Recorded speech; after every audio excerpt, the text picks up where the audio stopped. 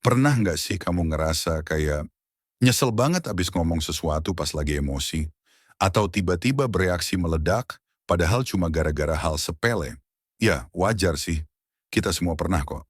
Tapi yang sering kejadian, gara-gara reaksi yang nggak kepikir dulu, kita malah makin stres, makin ruwet, makin nggak tenang.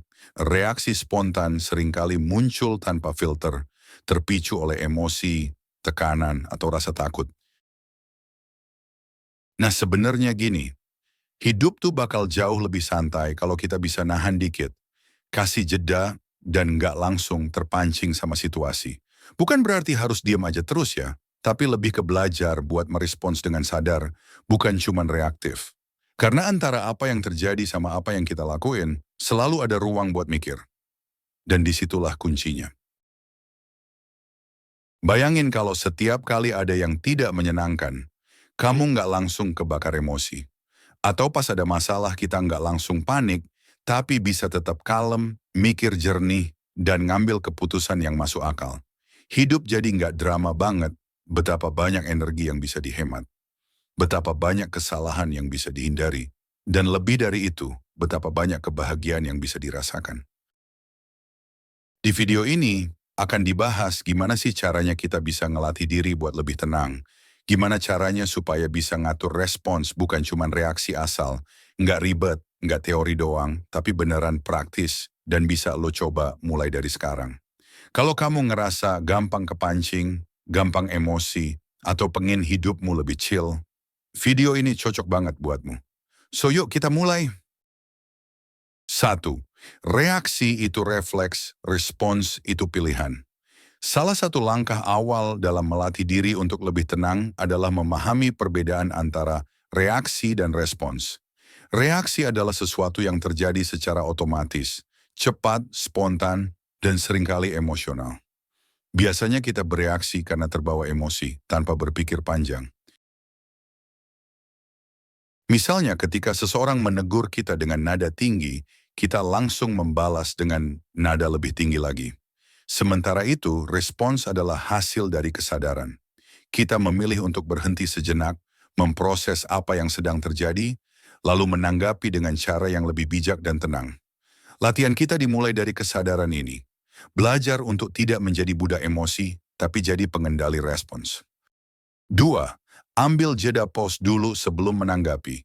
Ketika menghadapi situasi yang menantang, baik itu konflik, kritik, atau tekanan, biasakan untuk berhenti sebentar.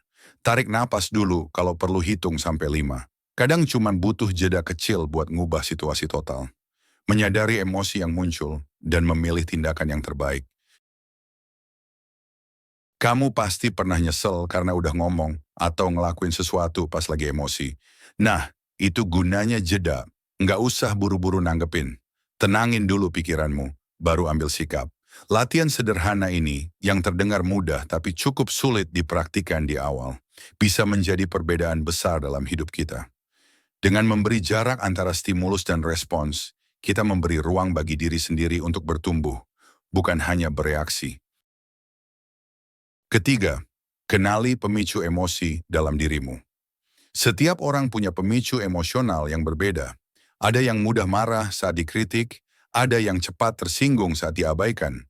Dengan mengenali apa yang memicu reaksi kita bisa lebih siap menghadapinya. Tuliskan situasi-situasi yang sering membuat Anda meledak. Apa yang Anda rasakan? Mengapa hal itu membuat Anda kehilangan kendali? Semakin Anda mengenal diri sendiri, semakin mudah Anda mengelola respons Anda. Setelah tahu, kamu bisa siapin antivirusnya. Jadi pas pemicu itu muncul, kamu udah nggak kaget dan bisa tetap kalem. 4. Latih mindfulness atau kesadaran diri. Mindfulness adalah kemampuan untuk hadir sepenuhnya di saat ini, tanpa menghakimi, tanpa terburu-buru. Latihan mindfulness bisa dilakukan melalui meditasi, pernapasan sadar, atau sekadar memperhatikan apa yang sedang Anda rasakan dan pikirkan.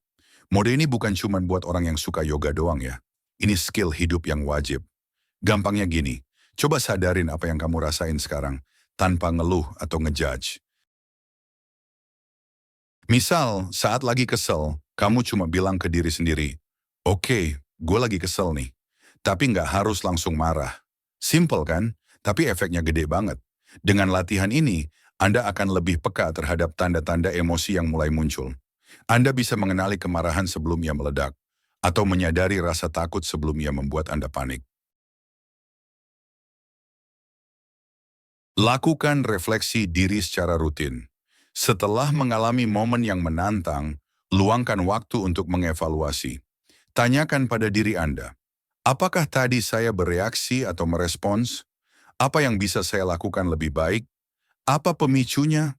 Refleksi rutin membantu kita tumbuh dan menghindari pola-pola reaksi lama yang merugikan. Kalau masih gampang ke trigger, ya nggak apa-apa. Tapi catat itu, belajar dari situ. Nggak harus langsung sempurna kok, yang penting berprogres. 6. Pilih circle yang bikin tenang. Respons yang sehat butuh lingkungan yang sehat juga. Kelilingi diri Anda dengan orang-orang yang bisa diajak berdiskusi dengan tenang, bukan yang suka memancing emosi. Selain itu, jaga pola tidur, asupan makanan, dan aktivitas fisik. Semua itu berpengaruh besar terhadap kestabilan emosi kita. Karena kalau badan sehat, emosi juga lebih stabil. Setuju? Memahami perbedaan antara kritik dan ejekan.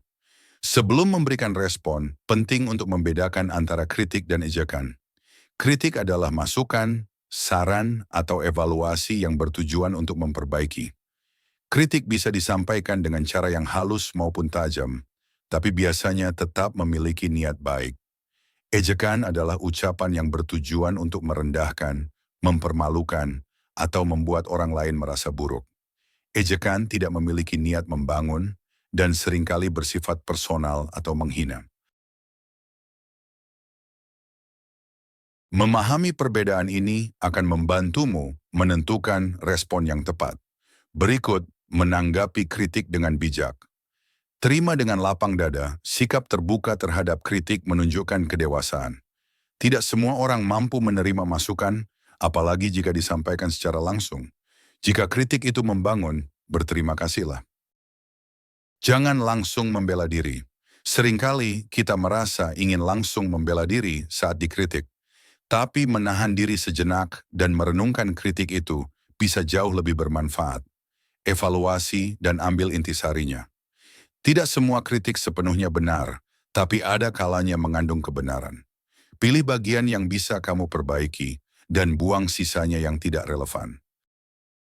Menanggapi ejekan secara elegan tetap tenang dan tidak tersulut emosi. Menanggapi ejekan dengan marah atau emosi justru memberi kemenangan kepada si pengejek. Tunjukkan bahwa kamu tidak mudah digoyahkan oleh kata-kata negatif. Gunakan humor ringan atau sindiran halus. Jika kamu cukup percaya diri, kamu bisa menggunakan humor atau sindiran cerdas untuk menanggapi ejekan. Ini membuat kamu terlihat tenang dan tidak terbawa suasana. Tegaskan batasan secara sopan. Kadang perlu memberitahu secara langsung bahwa ejekan itu tidak pantas. Gunakan nada yang tenang tapi tegas. Dengan respon cerdas, kita bisa menjauhkan ejekan yang cenderung mengarah ke bullying. Cara kamu merespon kritik atau ejekan mencerminkan kedewasaan emosionalmu. Semakin tenang dan bijak kamu menanggapinya, semakin kuat pula kamu terlihat, bukan hanya di mata orang lain, tapi juga untuk dirimu sendiri. Ingat, orang yang kuat bukan yang bisa membalas dengan kata-kata pedas, tapi yang bisa tetap tenang meski diserang dengan kata-kata tajam. Jadi pada akhirnya, kemampuan untuk merespons dengan tenang bukanlah sesuatu yang datang secara instan.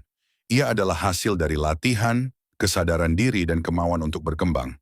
Kita tidak bisa selalu mengontrol apa yang terjadi di luar diri kita, perkataan orang, situasi yang tidak menyenangkan, tekanan hidup, semua itu di luar kuasa kita. Tapi satu hal yang selalu bisa kita kendalikan adalah cara kita meresponsnya. Nggak bisa ngontrol dunia, iya wajar. Tapi bisa banget ngontrol caramu nanggepin dunia. Dan itu udah cukup buat bikin hidup jauh lebih tenang dan waras. Dengan melatih diri untuk lebih tenang dan sadar dalam merespons, kita bukan hanya menciptakan ketenangan untuk diri sendiri, tapi juga menularkan energi damai itu ke lingkungan sekitar. Hidup menjadi lebih ringan, hubungan jadi lebih hangat, dan kita pun bisa menjalani hari dengan lebih jernih dan bahagia. Terima kasih udah nonton sampai habis video ini. Kalau kamu ngerasa relate sama isi videonya, kasih like, share juga ke temen yang butuh belajar buat nggak gampang ke-trigger, dan jangan lupa subscribe biar kamu nggak ketinggalan video lainnya. Terus, tulis di kolom komentar ya, hal yang paling sering buat kamu meledak. Pas lagi ngadepin apa sih? Terima kasih.